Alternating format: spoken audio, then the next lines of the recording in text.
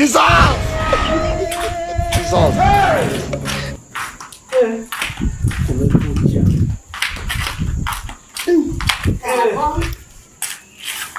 Kriza mwanangu, nisalimie. Malaba au jambo? Mzima? Okay. Ungetaka salamu, ungepiga simu, ungemsalimia mtoto wako. Nimekuja hapa na jambo hili moja. Nataka hela ya matumizi ya mtoto. Yaani ungejua mama Kriza, hali yangu ni mbaya. Unajua hali ni mbaya.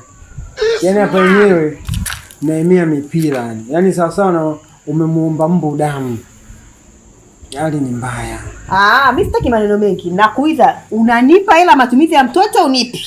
Nakwambieje, sina shilingi tano nyekundu sina. Nakwambia mara pili, unanipa hela matumizi ya mtoto unipi? Embo hata kuniuliza swali ambalo unajua. Yaani hapo sasa unaenda kuazima jamvi kwenye msiba. Nakwambia sina hela iko wapi? Sina shilingi 10 nyekundu hapa. Basi sawa baba Kriza.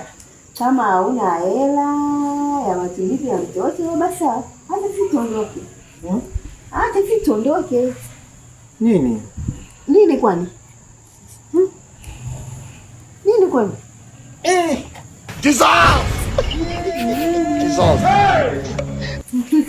Ndio matumizi ndio yanakuja kudaiwa. Ndio ipo. Ipo Ipo. Ila. Na hesabu. Yes, tuondoke. Biashara asubuhi jioni mahesabu. Nakuja siku nyingine. Ndio mnaenda mwanangu? Ndio tunaona. Bye. Mama akakununulie juisi ya embe.